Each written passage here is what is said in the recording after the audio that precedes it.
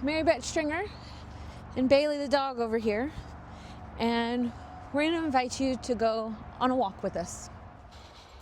If you're watching this video, it means that you've clicked on a link to a GoFundMe campaign, and so you already know that I'm asking for help with something monetary. I want to say how it's not easy for me to ask for any kind of help, really, but definitely not help with money, as that has been something from an early age I was really trained to never ask for. But I'd like to live in a world where we feel allowed to ask for help with whatever it is we need help with. And we go along with the edict of ask and you shall receive instead of suffer in silence with your shame for having a need. So I've humbled myself and set pride and other people's opinions of me, some being the closest people to me, to the side to ask for this help. And so what am I asking help for? Well, I believe that everyone's biggest problem is the same size. It's their biggest problem. And my biggest problem for off and on for a decade now has been housing. I have lived portions of time where I was totally just going from one couch to another. Baylay! Let's let her catch up. She's a big reason why I'm asking for this help. She's about 16 years old, and while she's an incredible road dog, I would love for her last years to have some stability with her not having to constantly be uprooted and figuring out where we're at. Isn't she so cute? So where was I? Help with money, housing. It's hard to be an artist. I think we're all artists. Creating our life is a work of art. And, your thoughts and words and actions are curated the same way that a painter curates what their color palette is going to be, or a musician curates what the key they're going to work in is. Our life is a work of art. But there are some of us out here that are trying to intentionally create things to share with everybody. And those are the people we call artists. And there's a phrase, starving artist, for a reason. Because it's really hard to dedicate your life to creating art. But the best art will come from people who dedicate their life to it, no matter the hardships. So I'm going to keep making art and keep making art the focus of my life, no matter what happens with this campaign. But it would be really great if I could start creating off of a foundation of stability. I am constantly recreating Maslow's hierarchy of needs, the very bottom rung, shelter. And so it would be nice if I could get that figured out. And times are hard for everybody. I understand that no matter what you do. But it's definitely hard for the committed artists out there, because it was hard even when economics, if you will, were different and better. It was still hard for us. We all know that art is a vital part to our lives. We all have songs that speak to our lives. We have movies that touch us deeply and make us think bigger. We've got books that give us an escape from this world and take us into another one. We've got beautiful food and gardens and children and all sorts of things that is art, and that is what sustains us in the hard times, and it's what lifts us up even higher in the good times. But somewhere along the way, we really took it for granted, the people who make the art. And we just started to kind of assume that art is a given and that it should be free, especially when we talk about music. And that is really a shame because there are living, breathing humans behind these creations that we all hold so dear.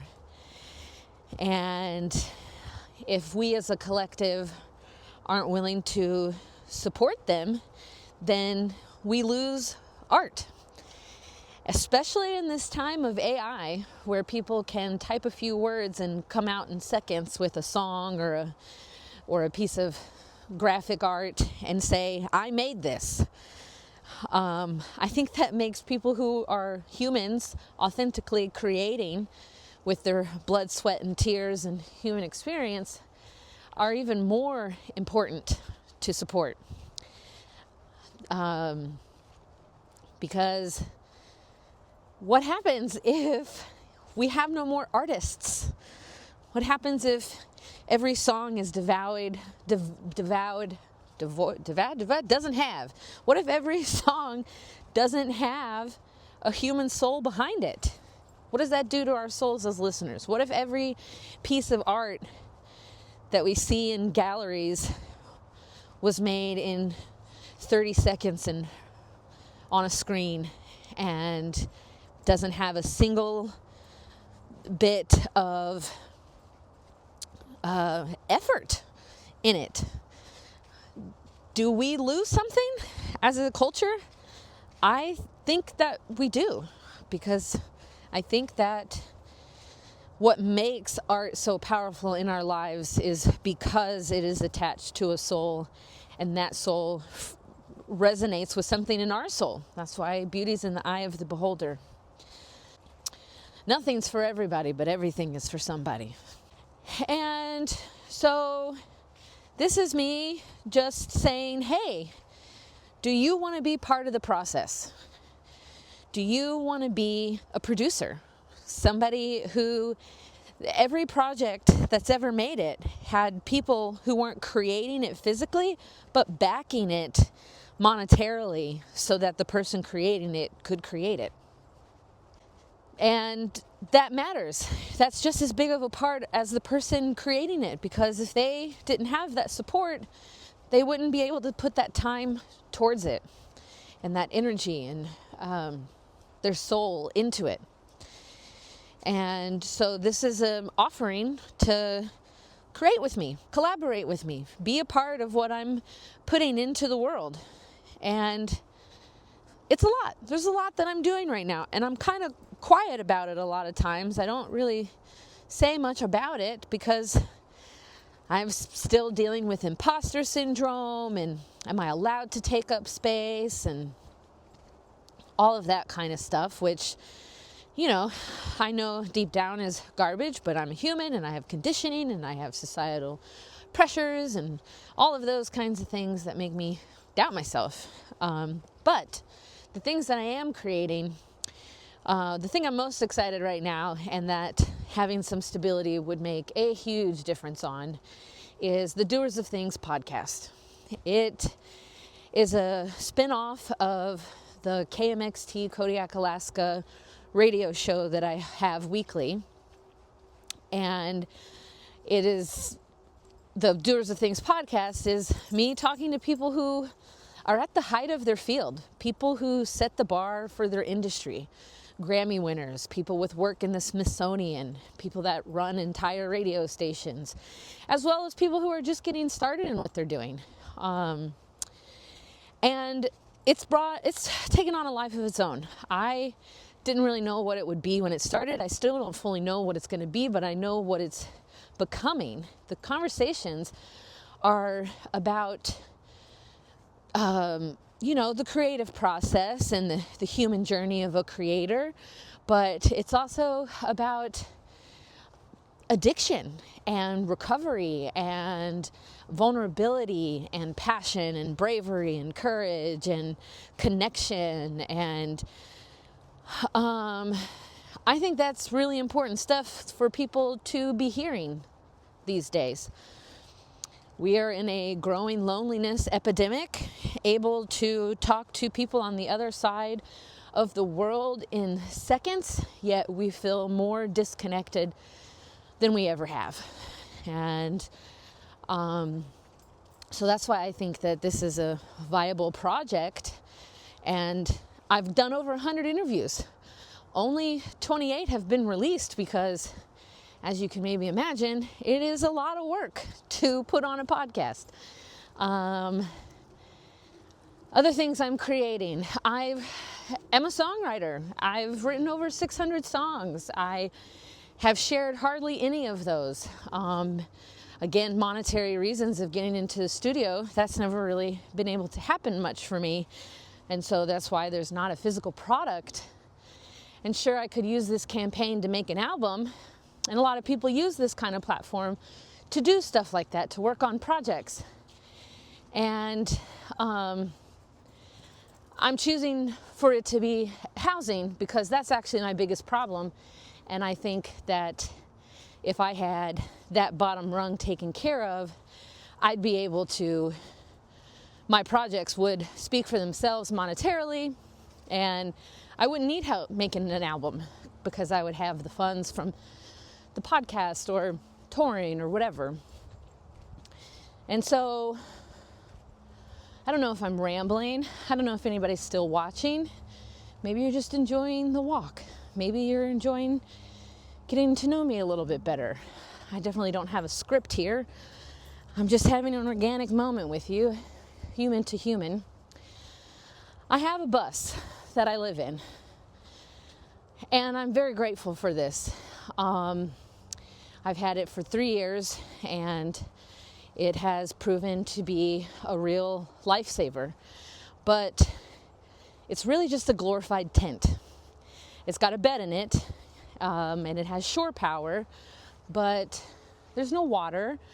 There's no, fixed place to prepare food. There's no shower. There's no toilet. Well, I've got a bucket, And so it's got leaks, and you never see any videos of me talking about bus life and being out in the bus world because I can't really trust it to go out on the road.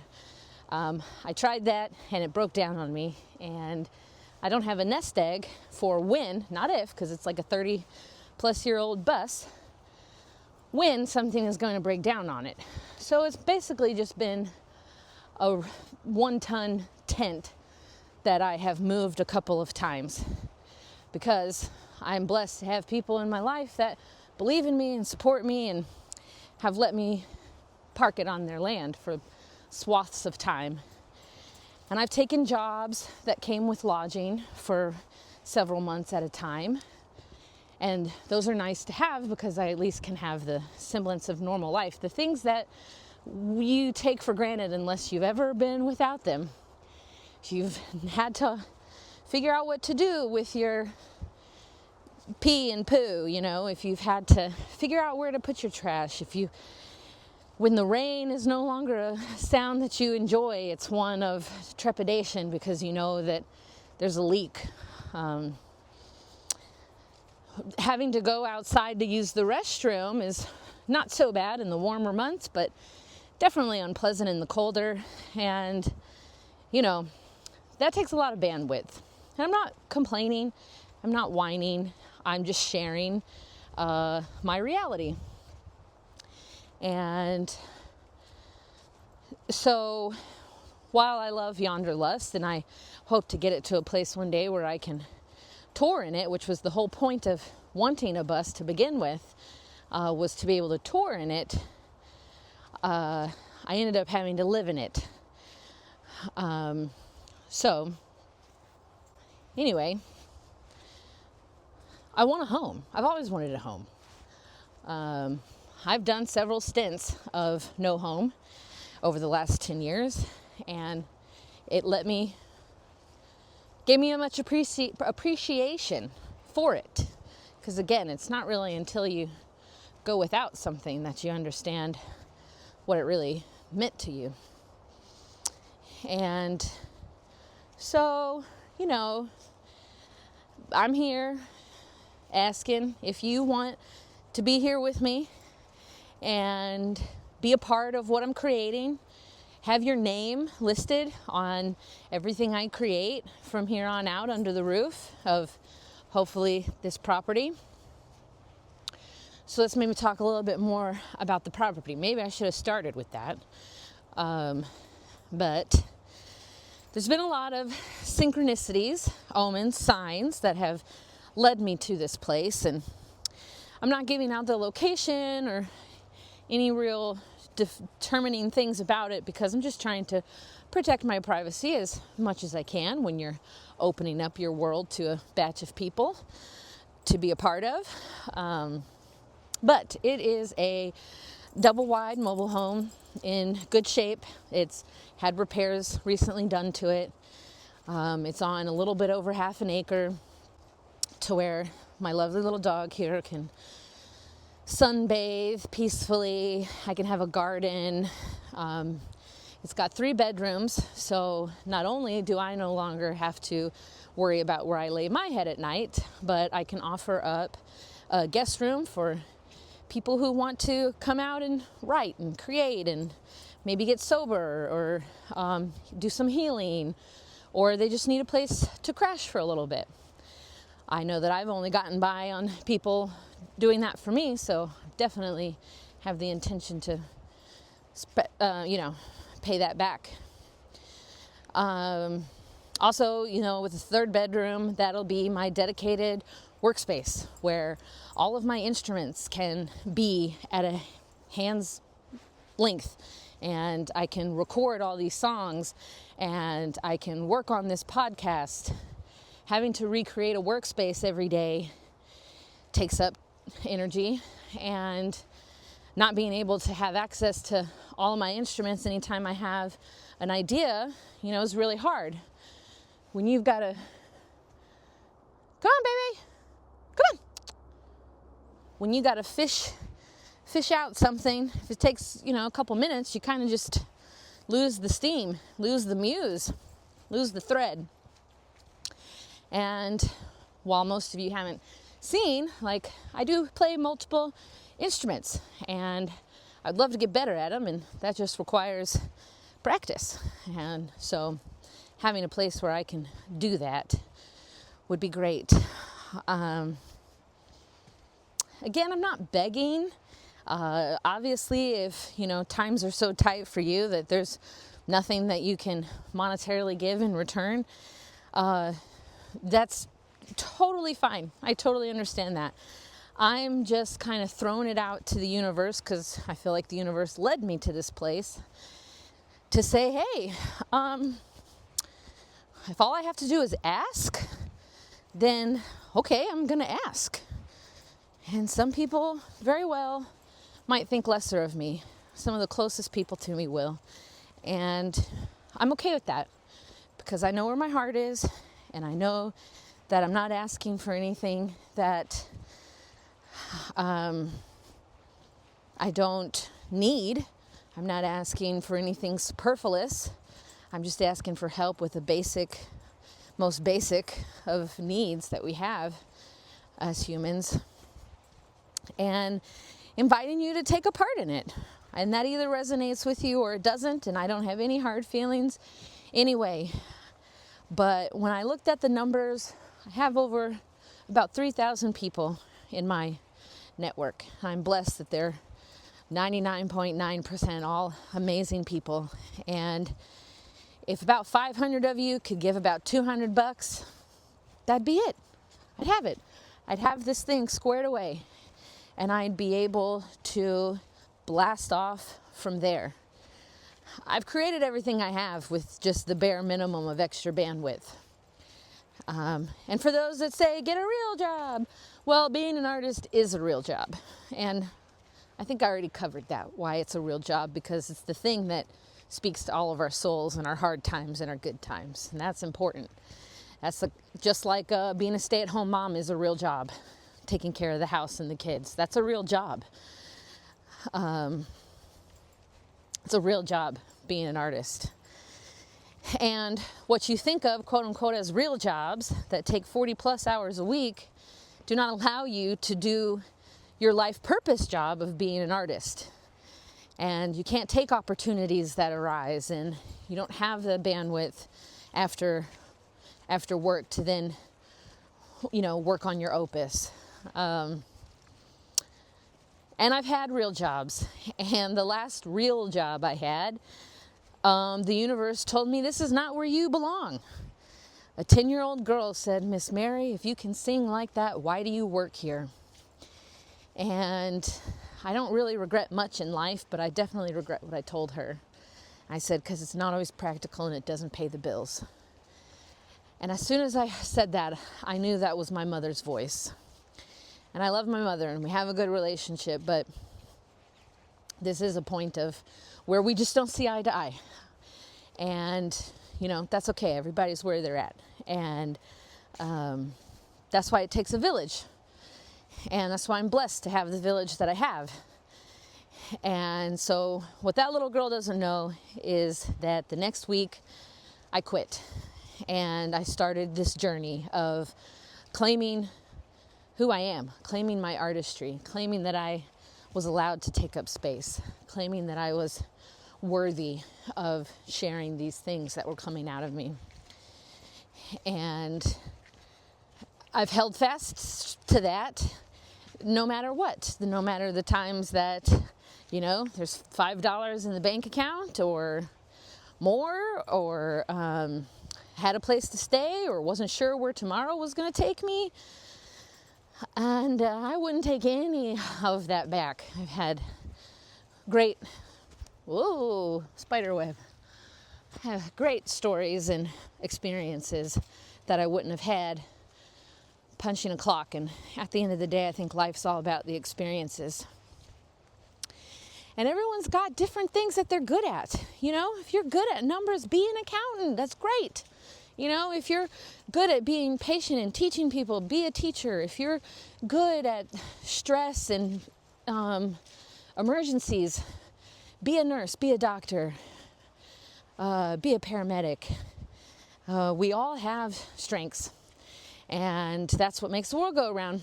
And so if your strengths have led you to a little extra money, and your heart would like to be a part of something bigger, this is an opportunity. Everything I'm creating is bigger than me. This voice I have, this ability to write these songs, that's bigger than me. This podcast is bigger than me. If you want to know the story about how that came about, I can tell you, but it's definitely signs and symbols and omens, and everything fell apart so everything could fall into place kind of deal. And so, that's where I'm at. That's what this is about. I hope you've enjoyed this walk.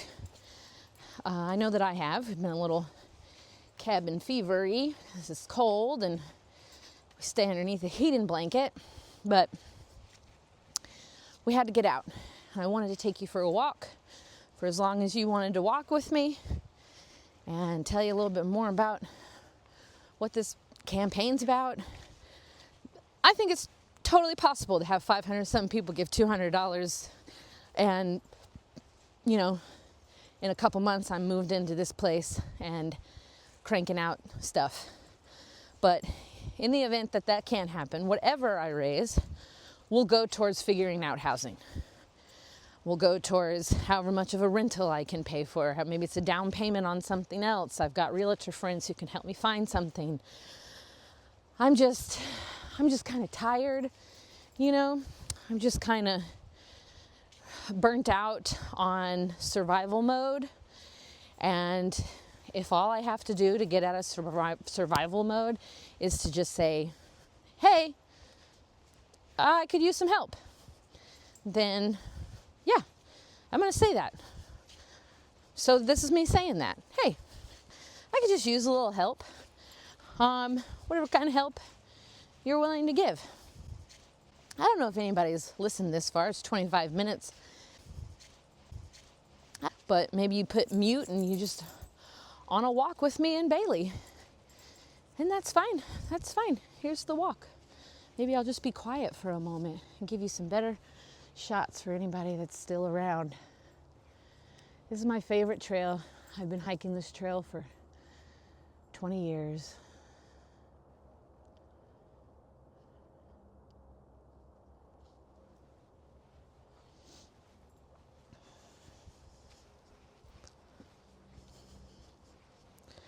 I love you. I thank you for being in my life at all. If you're offended by any of this or think lesser than me, then, clear, cancel, delete, pretend you never saw it, and we'll just go about trucking along together the way that we were. If you're somebody that this resonates with and you're excited to be a part of this, everything that I'm creating, and you get to have your name in it and be part of your legacy too, then come on, let's do it. You'll have a place to come visit in the Pines anytime you want. Well, within reason, I suppose. I'm just showing up on my door. Who knows what I'm doing? Anyway. Yep. Much love. This is scary, y'all. It's scary asking for help in something so big, knowing that people might think you're lost your mind. And I might have lost my damn mind. But the other day I saw something that said it's okay to be a little crazy, because if you're a little crazy in just the right way, they'll call you creative. So maybe I'm crazy, or maybe I'm just creative, or maybe I just have a lot of radical faith. Woo! Maybe I just love this little dog so much that I'm willing to put all my pride aside to try to find a stable place for her to spend her last days. Who knows? But I know where my heart's at. It's got a lot of love and appreciation for everybody that's helped me get this far. If you're watching this video, you're obviously one of those people. And I appreciate you. I really do. I'm humbled and appreciative. And so we'll just let you go on the walk with us for a little bit more with some peace and quiet.